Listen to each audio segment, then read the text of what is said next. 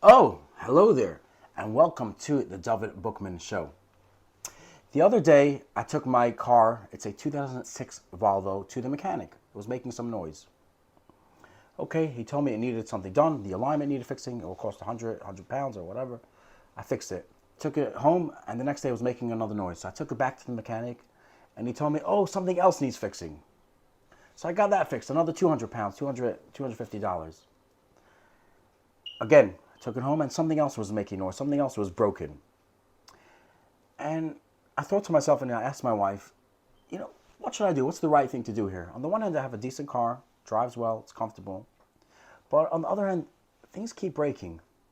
Should I keep fixing it, which, might not be a guarantee, or should I think about buying a new car, which will be much, much more expensive? And then I realized what really the question is and how fundamental it is and how we all go through it almost every day. The question of how far does Hishtadlus go? How far should you take your efforts with anything? I remember my friend told me a story of when he was trying to buy a house. He said it wasn't working. Things were just not going through. The mortgage wasn't going through, and this wasn't going through, but they felt strongly it was the right house. But it wasn't working. Nothing was going through. And they kept asking themselves, how much more should we push? Because on the one hand, people tell you, nothing good ever came easy. Or, the harder you work for something, the sweeter it is. But on the other hand, you have this idea and this belief system that if something isn't working and it's not natural, it's not happening, then just leave it. It's a sign from Hashem that it's not the right thing. So how do you find the balance between pushing hard for something, but also recognizing when it's time to let go?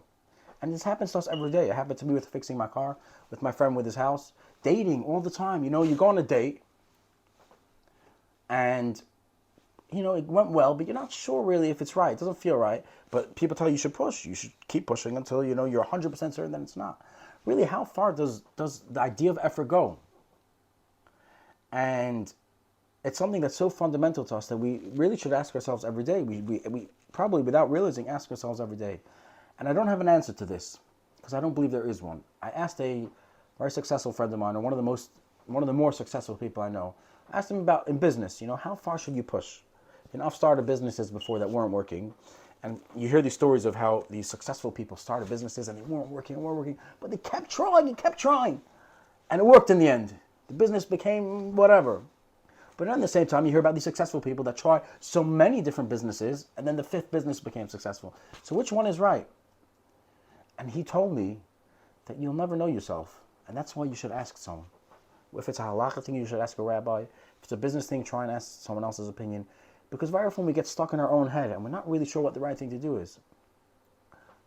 So all we need to do, he said, is just to ask the professional. If it's a car, maybe speak to an independent mechanic. If it's dating advice, maybe speak to a Rav or a dating coach. If it's about a house, maybe speak to someone who's had experience buying houses. But again, it's just an important discussion. And as I mentioned to you on the first episode, we're not here to give you answers. I might give you some of my own opinions, but I want to open up conversations, open up discussions. Thank you for watching. Hope you stay cool, calm, and collected. I'm wishing you a wonderful day.